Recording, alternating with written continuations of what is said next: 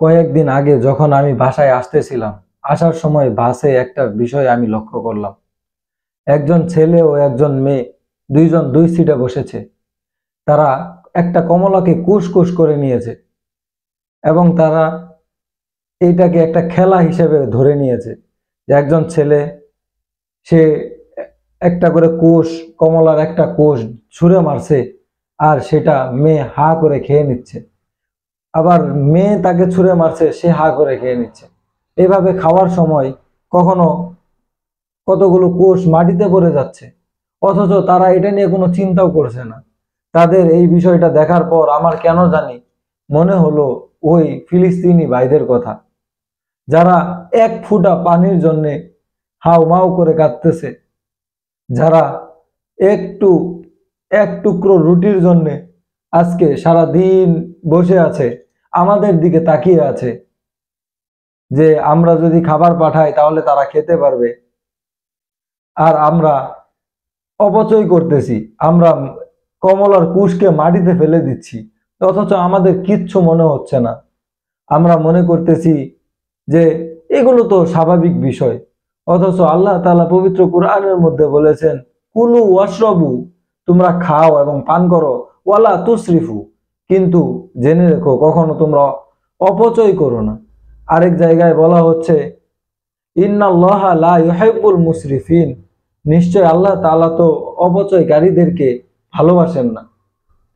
অথচ আমরা এইভাবে অপচয় করতেছি, আমাদের একটু মাথায় চিন্তাও আসতেছে না যে আমাদের ভাইরা তো আজকে না খেয়ে আছে। কয়েকদিন আগেই তো একটা ছবি ভাইরাল হয়েছিল, যেই ছবির মধ্যে দেখা যাচ্ছিল দুই টুকরো রুটি এবং রুটির মধ্যে পড়ে আছে রক্ত।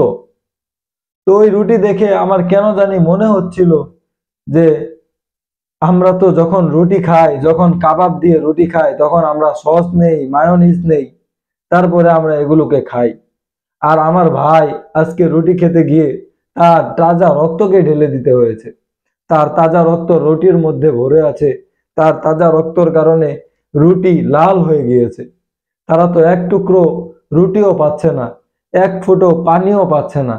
তারা পানি পাওয়ার জন্য, আমরা যেইভাবে পানিকে নষ্ট করি, আর তারা পানি পাওয়ার জন্য ছোট একটা বোতলের সিপি নিয়ে যায় যাতে করে এই পানিটুকু নষ্ট না হয়।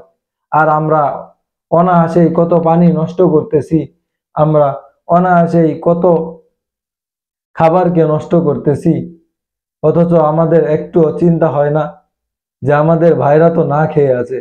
একটা সময় ছিল যখন তাদের অবস্থা দেখতাম, তাদের অবস্থা দেখার কারণে আমাদের মনের মধ্যে একটু কষ্ট লাগতো, কিন্তু এখন আমাদের এমন অবস্থা হয়েছে যে তাদেরকে দেখলে আমাদের একটু কষ্টও লাগে না। আমরা মনে করি যে সাধারণ বিষয় এটা, অথচ আমাদের ভাইদেরকে এমন একটা পবিত্র জায়গায় মারা হচ্ছে যে জায়গাটার কথা আল্লাহ তাআলা পবিত্র কোরআনের মধ্যে বলেছেন, অথচ আমাদের এই বিষয়ে কোনো চিন্তাই নেই। আমরা আমাদের ভাইদেরকে তাদের ভাগ্যের উপর ছেড়ে দিয়েছি। আমরা নিজেরা মনে করতেছি যে আমাদের উপর কোনো দায়িত্ব নেই, শুধুমাত্র তাদের উপর দায়িত্ব যে তারা বাইতুল আকসাকে রক্ষা করবে, তারা আল আকসা মসজিদকে রক্ষা করবে, আর আমাদের তো কোনো দায়িত্ব নেই, আমরা তো এইভাবেই চলে যাব। অথচ এর জন্য আমি বলতেছি যে এর জন্য আমাদের একদিন জবাবদিহিতা দিতে হবে আল্লাহর দরবারে। যেদিন আল্লাহ তাআলা যদি আমাদেরকে জিজ্ঞাসা করে, তোর ভাইয়ের এত রক্ত, এত রক্ত, এত ঘাম, এত কিছু, তার শরীরে হাড্ডি মাংস সবকিছু তারা বিলিয়ে দিয়েছে এই জমিনের জন্য, কিন্তু তোরা কি করেছিস?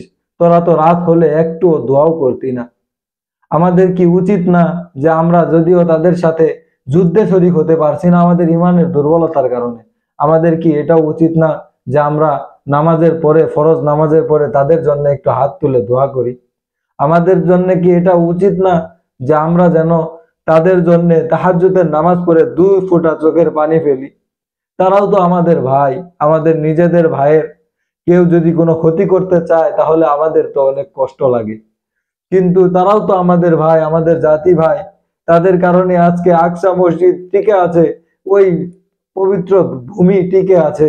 তো আমাদের কি উচিত না যে তাদের সাথে আমরাও সম্মিলিত হই, তাদের জন্য একটু দোয়া করি, তাদের জন্য আল্লাহ তাআলার কাছে একটু ফরিয়াদ জানাই?